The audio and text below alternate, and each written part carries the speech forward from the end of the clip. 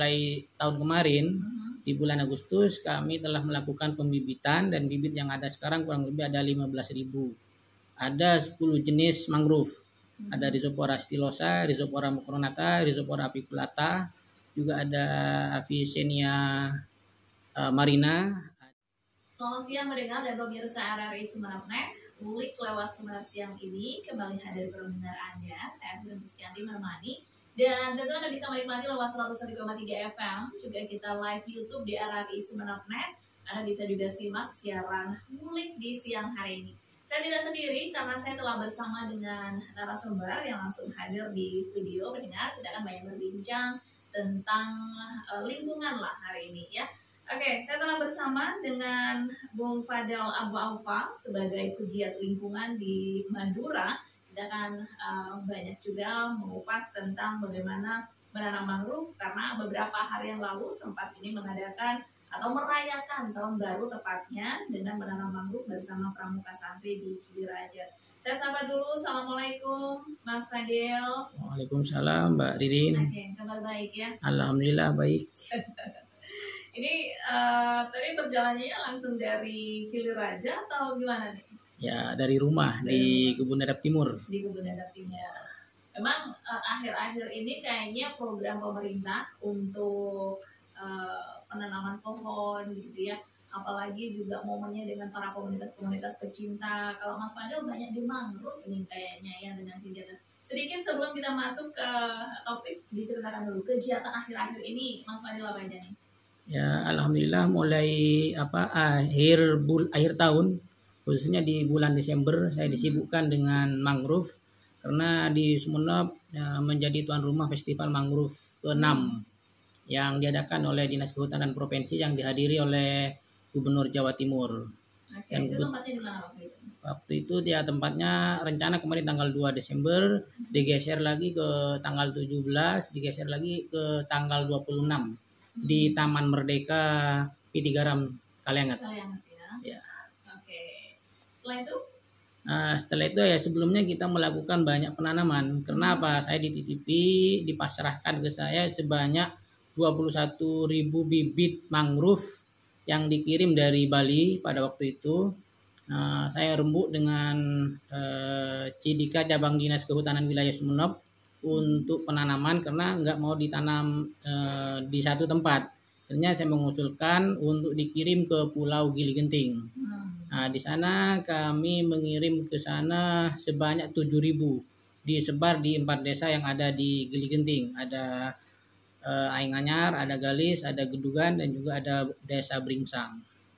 Itu menggandeng pemerintah juga kah dinas dalam hal ini? Memang sebelumnya dari komunitas yang ada di sana minta bibit mangrove ke saya gitu. Hanya ya gayung bersambut ini ada program bibit gratis ya saya tawarkan dan mau saya kirim gitu. Oke, itu udah tahun kemarin. Tahun sekarang ada nggak yang juga masih gratis? Untuk yang gratis karena harus beli lah. Jadi nggak ada lagi yang gratis ya? Nggak ada yang gratis lagi. Itu Mas Fadel dapat dari mana bibit mangrove-nya? Kalau kemarin kan memang bantuan ya di Bali. Kemudian selanjutnya begitu ke depan? Ke depan memang saya dari awal 2017 ya berkenalan dengan mangrove, sering melakukan penanaman melalui komunitas Pokmas Sering Paseser. Kita biasanya beli ke Pamekasan. Tapi untuk mulai tahun kemarin di bulan Agustus kami telah melakukan pembibitan dan bibit yang ada sekarang kurang lebih ada 15.000. Ada 10 jenis mangrove. Ada Rhizopora stylosa, Rhizopora macronata, Rhizopora apiculata, juga ada Avicennia marina, ada Soneracia alba, juga ada Sirop de Chandra, juga ada Bruguera cylindrica, Bruguera gymnorrhiza. Itu jenis-jenis mangrove-nya? Iya, dan ada jeruju juga. Oke, itu bedanya apa? Di tingginya atau di daunnya atau apa yang membedakan dari masing-masing jenis mangrove itu? Bisa dari buah. Berbuah juga kan? Iya, berbuah. Karena cuma daun aja tuh Mas sama batangnya. Nah, ada buah, ada yang buah. Bisa dimakan buahnya? Buahnya ada yang bisa dimakan, ada yang kalau yang dimakan langsung itu yang buah nipah. Banipa frutican yang seperti kata orang sini punyok gitu. Sebenarnya sudah pernah mencoba merasakan gitu? Alhamdulillah sering. Enak ya? Enak. Biasanya apa setelah dibelah ya kayak siwalan gitu. Oh, Kita campur dengan buat minuman. susu gitu, dikasih es sedikit gitu. Oh, itu nipa. Ya, banipa bisa dimakan langsung. Juga ada yang dibikin teh daunnya gitu. Teh jeruju Oh, juga. iya, iya. Dari daun yang lain juga bisa dibikin teh. Nah, Dan jadi juga ada tidak yang hanya bisa dibikin kopi. daun mangrove. Bukan daunnya, buahnya. Yang Wah. ya. Dan juga ada yang bisa dibikin roti. Tepungnya dari buah lendur atau Bruguera gimnoriza. Beneran? Bener. Itu daunnya diolah gitu ya? Ya bukan daun yang kalau yang roti, yang apa berupa propagul, buah yang panjang itu. Oh, Agak jadi panjang. buahnya dihaluskan jadi kayak semacam tepung yang kemudian Ya ditepung dulu ya melalui Ah. proses gitu, akhirnya Iya. menjadi tepung dan bisa diolah menjadi roti. Oke, ini mencerdaskan kita ternyata pohon mangrove banyak manfaat, tidak hanya akarnya untuk menyerap air ya. Ya betul. Tapi Ya juga- memang gini apa? Hmm, Dari zaman dulu itu ya nenek moyang kita sudah biasa. Biasanya kalau dulu dibikin pula katanya seperti itu. Yang buahnya lendur itu. oh. Memang dimakan. Ya mungkin pada waktu itu ya anggaplah masih kekurangan makanan. Ah, Tapi memang kalau ketika diteliti memang apa kandungan gizinya bagus juga gitu. Oke. Saya lihat pohon mangrove soalnya tidak pernah menemui ada buahnya gitu Mas Fadil. Sedangkan saya tahunya kalau ke pantai mangrove gitu ya. Iya. Jadi hanya pohon yang daunnya lebat, akarnya banyak gitu untuk menyerap air. Saya pikir seperti itu, ternyata buah kemudian yang macam-macam jenis itu juga beda manfaatnya. Iya betul. Ada yang bermanfaat secara ekologis, bisa apa agar tidak terjadi erosi gitu kan, agar menahan ombak, agar Iya. tidak terjadi erosi itu tadi. Nah kalau apa jalan-jalan pas musim, sekarang masih musim berbunga, ada sebagian masih sisa buah. Nah, biasanya itu di apa ya bulan Juni, Juli itu biasanya musim buah di situ. Kita bisa lihatnya kalau di Sumeneb di mana selain di pantai mangrove? Di ya pokoknya di pohon mangrove di Kalianget juga ada, ya di pesisir banyak. Oke, termasuk perjalanan Pamekasan lah ya. Betul di Pamekasan, ya pokoknya di pesisir itu banyak. Kayak di Pantai Matahari juga ada, di Ekasoki juga ada, di sepanjang pesisir ada. Sepanjang pesisir pasti ada lah Iya ya. pasti ada. Oke. Nah, kemudian untuk perayaan tahun baru kemarin, bisa sedikit diceritakan nih seperti apa kemudian para santri, pramuka santri ini melakukan penanaman mangrove di Kiliraja. Ya begini, sebelumnya ada salah satu pengurus pramuka sana yang sebelumnya saya tidak mengenalnya dia, malah diperkenalkan sama ketua KPMM. Dia butuh bibit, saya tawarkan mau yang gratis apa yang beli. Akhirnya minta yang gratis gitu. Kalau ditawarkan pasti mintanya yang gratis lah. Ini apa ya asal mau mengambil ke rumah saya seperti itu. Ini apa dia datang ke rumah. Pertama mintanya 100 karena dia bawa mobil, akhirnya saya kasih 200. Bibit jenisnya Rhizopora stylosa. Itu kebetulan bibitnya apa bagian dari festival mangrove yang didatangkan dari Bali itu. Ada sisa di rumah. Iya, ada sisa.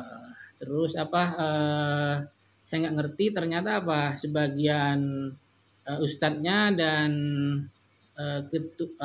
kiainya masih teman saya begitu. Oh, ternyata. Iya, akhirnya saya bisa silaturahim ke Kiliraja ke pesantrennya dan bermalam di sana. Pagi-pagi setelah subuh pagi buta kita berangkat ke Pantai Beringin karena anak-anak santri itu camping di sana. Namanya di Pantai Beringin. Iya, di Pantai Beringin dan di pantai sebelahnya yang dibilang Pantai Komadu. Wah, memang kalau Sumeneb tuh banyak pantai ya, karena kelilingi pulau-pulau. Iya, pulaunya banyak sekali. Oke. Itu kasih nama pantainya juga siapa gitu ya?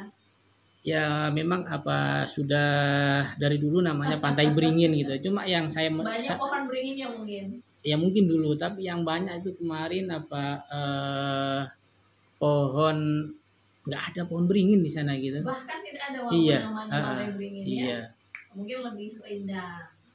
Cuma yang saya sangkan apa ketika saya jalan ke pulau-pulau kecil banyak apa pasir atau bebatuan itu diangkut ke darat gitu. Itu ya sangat saya sayangkan gitu ya. Ya mungkin beda dengan zaman dulu, dari rumah, mungkin rumahnya orang dulu masih dari gedek gitu, nggak butuh pasir untuk membangun.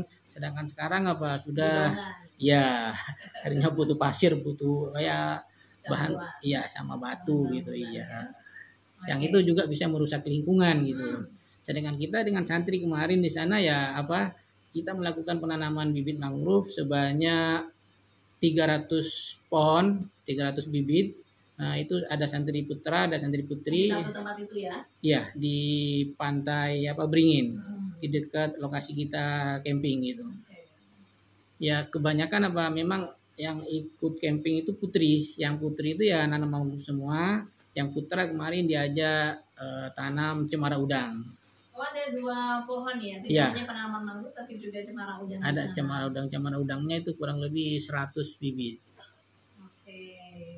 Nah, kemudian dari suasana itu apakah sedikit digambarkan nih yang dirasakan oleh anak-anak? Kadang kan anak-anak juga kurang peduli nih dengan lingkungan ketika tidak dikenalkan sejak masih pelajar, apalagi menanam langsung eh, dan karena tidak perlu disiram ya kalau mangrove Ya, otomatis ada gitu. pasang surut air. Ada pasang surut Iya, air. Jadi itu setelah ditanam dibiarkan aja. biarkan. Oke. Tapi ya kita harus juga merawat, melihat sewaktu-waktu yang mungkin dililit sama tali, dililit sama sampah plastik. Ya kita harus bersihkan agar pertumbuhannya bagus gitu. Tidak ada yang terikut arus begitu? Kalau ikut arus ya apa, kalau kan ada 2 musim gitu kan. Kalau kita musim angin barat jangan tanam di arah barat gitu kan. Biar nggak kena apa ombak gitu. Kalau angin timur ya nanamnya jangan di sebelah timur gitu kan. So, itu juga ngaruh ya. Ya, Jadi berpengaruh. untuk posisi untuk penanamannya juga ya. Iya betul. Oke. Nah, gimana melihat antusiasme para pelajar atau santri Pramuka di sana? Saya melihatnya ya mereka bahagia saja gitu, bahagia yang nggak ada yang kayak bahagia gitu lah. Senang ya. Ya senang gitu. Di mereka kan apa sama seniornya disuruh bawa linggis semua gitu kan untuk menggali lubangnya. Ya ada bawa apa bambu untuk ajirnya itu agar apa tanamannya bisa tegak gitu dan diikat gitu. Ya kita mulai kurang lebih jam 5 pagi, selesai kurang lebih jam 9. Lumayan lama juga ya untuk 300 pohon itu. Ya sambil berhujan-hujan ria gitu. Oh, karena ya, ada rintik-rintik karena hujan waktu itu ya. di 1 Januari kemarin. Oke. Nah, itu berbicara soal bibit mangrove nih. Itu berapa senti sudah bisa dijadikan bibit untuk siap tanam? Nah, kalau dari sisi umur itu 2 bulan lebih sudah bisa, sudah ada daun, empat lembar daun ya. Itu ya tingginya berapa ya, bervariasi, 15 bisa cm. 20 bisa 30 ya. Oke, jadi itu yang sudah siap tanam ya. Yang sudah siap tanam. Dengan usia 2 bulan lah. 2 bulan minimal gitu. Nah, bisa lebih gitu. Jadi kalau kurang dari itu masih belum siap ya. Ya bisa juga sebenarnya. Kita bisa menanam dengan apa, memakai bibit, juga bisa memakai propagul. Yang belum dibibit kita langsung tancapkan gitu. Karena memang mudah untuk hidup ya sebenarnya. Iya betul. Ya, termasuk cemara juga. Secara alamiah kalau kita lihat itu mangrove ketika apa bibit mangrove di bawah ombak mesti berdiri gitu. Ketika nanti ketemu dengan lumpur maka berdiri. Nah, nanti bisa berakar dan tumbuh sendiri. Gitu. Oke, sebenarnya tanpa harus ditanam pun itu akan secara alamiah bisa tumbuh, ya betul. Ya. Oke, mudah sebenarnya ya. Oke, kemudian ketika pembibitan itu disiapkan oleh Mas Fadil tentu tidak sendiri dong, ada komunitas juga yang betul. Membantu. Itu biasanya dibanderol dengan harga berapa nih ketika masyarakat ingin begitu untuk menanam secara mandiri dan butuh bibitnya, itu ke Mas Fadil gimana? Ya alhamdulillah kemarin ada beberapa kegiatan, 2 kali dari pihak Polres membeli ke kami per bibit saya kasih harga 3.000. 3.000. Iya, juga ada masyarakat sekitar yang pernah beli juga. Juga ada pembeli yang dari Bojonegoro. Telepon saya, iya. Ya? Dari Bojonegoro belinya ya sedikit sih, cuma 50 batang. Oke, dan itu bisa dilakukan langsung ke rumah Mas Fadil? Ya, saya kirim. Oh, dikirim. Pakai JNT Kargo. Oke. Jadi jangan khawatir ya, tetap ada bisa jasa kirim ya, Iya. walaupun di mana berada. Oke, ini menarik pendengar. Barangkali saya juga ajak Anda nih yang juga tertarik untuk bisa menjadi pegiat lingkungan, terutama di mangrove ini untuk kebersihan lingkungan juga, dan ajak Anda bisa WhatsApp di 0811 3345 101 atau bisa di komentar di live chat YouTube kami RRI Sumeneb.net, bisa juga di 0811 3345 101. Oke, Mas Fadil, ini saya juga jadi tertarik karena tidak hanya di Sumeneb yang informasi yang juga kami terima itu semadura tuh, Mas Fadil, pergerakannya. Kalau yang di luar kota bagaimana? Yang di luar kota ini besok hari Minggu kita ada edukasi tentang mangrove di wisata mangrove di Desa Lempung di Galis Pamekasan. Ada anak SMP 4 mau ke sana. Ya kita akan perkenalkan manfaat dari mangrove, gimana cara menanam, gimana cara membibit gitu. Ya kebetulan kami tergabung dalam FK3I Korwil Madura. Apa itu FK3I? Forum Komunikasi Kader Konservasi Indonesia. Jadi memang bergerak di bidang penanaman mangrove gitu. Ya mangrove dan juga pohon yang lain gitu. Ya pokoknya kegiatan konservasi. Gitu. Ya. Baik di darat atau di laut. Pamekasan dan Bangkalan juga tersentuh kan? Di Bangkalan pernah kami juga ada kegiatan di 10. Kecamatan 10 ya. Iya, di Sampang dulu di dekat kampus kampus baru itu. Penirang. Bukan, di Camplong itu. Teknik ya. Iya. Iya. Oke, juga ada penanaman di sana. Pernah. Di sana. Iya. Oke. Nah, kemudian saya jadi juga tertarik tindak lanjut, katanya memang butuh dilihat setelah ditanam. Jadi tidak sekedar menanam kemudian dibiarkan bertahun-tahun tidak tahu perkembangannya, bisa jadi hilang begitu. Nah, itu seperti apa kemudian follow up atau tidak lanjut setelah dilakukan konservasi di beberapa tempat? Ya kita sewaktu-waktu melakukan monitoring dan evaluasi bibit yang telah kita tanam gitu. Ya di Pamekasan sering juga kita melakukan monitoring di sana, dan juga karena gini, ketika beberapa tahun yang lalu pernah juga melakukan penanaman di daerah Sumeneb tapi nggak hidup, ya mungkin kan kita sambil belajar gitu ya. Katanya kita harus ada yang mati juga ternyata. Iya mati. Karena kan ketika kita keliru substrat lumpur biasanya Macronata kalau di lumpur. Kalau yang berpasir biasanya jenisnya Stilosa gitu yang kita tanam. Nah, kalau kita beda bisa bisa mati. Dan juga kita kemarin bermitra dengan IPB, kita melakukan berbagai teknik penanaman. Ada mangrove pancang, terus ada rumpun berjarak, juga ada lentransek gitu, dan ada guludan. Nah, nanti di mana yang bisa hidup maka itu yang harus ditanam di daerah itu gitu. Oh, pakai sistem percobaan juga ya. Iya, untuk ya mensukseskan untuk selanjutnya gitu. Oke. Nah, dari beberapa konservasi yang dilakukan, lebih banyak yang hidup pastinya lah ya. Ada yang hidup, ada yang mati. Ada juga yang mati. Iya. Kami yang pernah ditanam itu waktu 2018, 2019 itu bisa dibilang 90% hidup. Itu banyaknya kurang lebih 120.000. Itu program dari Dinas Kelautan Provinsi di Muara Kali Saroka di Kebun Adap Timur gitu. Iya. Untuk di daerah lain pernah saya tanam. Pernah saya juga menanam di daerah Aing Deke. Nah, di sana nggak hidup gitu.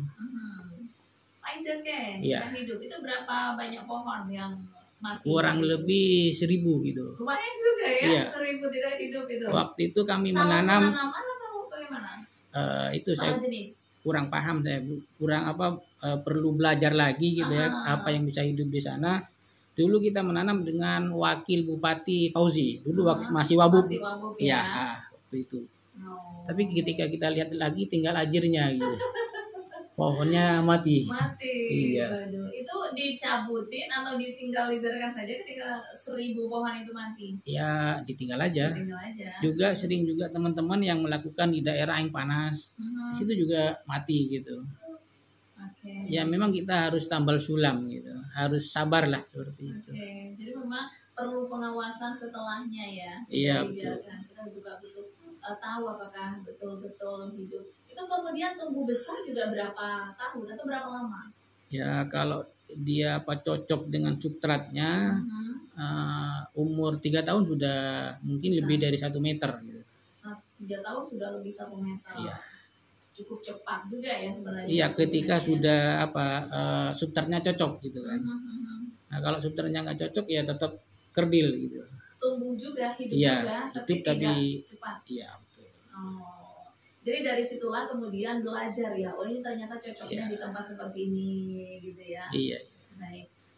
Sempat ikut seminar-seminar juga, Mas Fadil, untuk konservasi mangrove ini? Ya pernah juga. Oke, jadi banyak ilmu juga didapat ya. Ya alhamdulillah di samping ya ikut secara bisa juga melalui Zoom juga.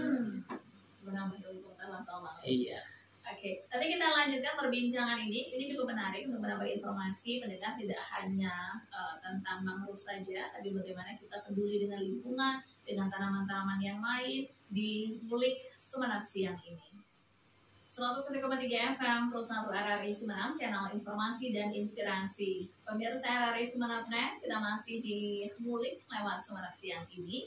Dan saya juga bersama dengan Bung Fadil Ambo-Ova sebagai pegiat lingkungan. Kita akan juga terus tadi sudah banyak cerita soal bagaimana penanaman pohon mangrove termasuk kegiatan-kegiatan yang dilakukan. Nah, Mas Fadil, ini saya tertarik dengan kegiatan FK3I nih. Di tahun 2024 program apa yang bisa dilakukan dan bisakah juga masyarakat ikut gabung dengan kegiatan-kegiatan tersebut? Ya, dalam waktu dekat pada tanggal 10 yang biasa diperingati sebagai hari penanaman 1 juta pohon gitu. Ya kita Januari ya. Ya 10 Januari. Ya kita sudah mengagendakan kegiatan di Pantai Matahari dengan menanam bibit mangrove, juga ada cemara udang dan juga ketapang kencana gitu. Ketapang kencana apa nih, bisa diceritakan seperti apa? Ketapang kencana ini ya seperti pohon ketapang tapi daunnya lebih kecil sebagai peneduh gitu. Dan juga kalau kreatif bisa dimodel gitu daunnya nanti. Dimodel? Iya, dimodel seperti rumah, seperti apa gitu. Oh, digunting gitu ya? Iya, dibentuk. Nah, betul. Terus tanggal 10 nanti di Pantai Matahari. Ya, juga nanti ada kemah konservasi, lanjutan dari ekspedisi Gili Pandan pertama, ini ekspedisi Gili Pandan kedua. Kita tanggal 19 dan 20 akan camping di sana, juga melakukan penanaman. Nah, dan juga ada diskusi karena akan dihadiri oleh salah satu pegiat lingkungan senior dari Kota Malang.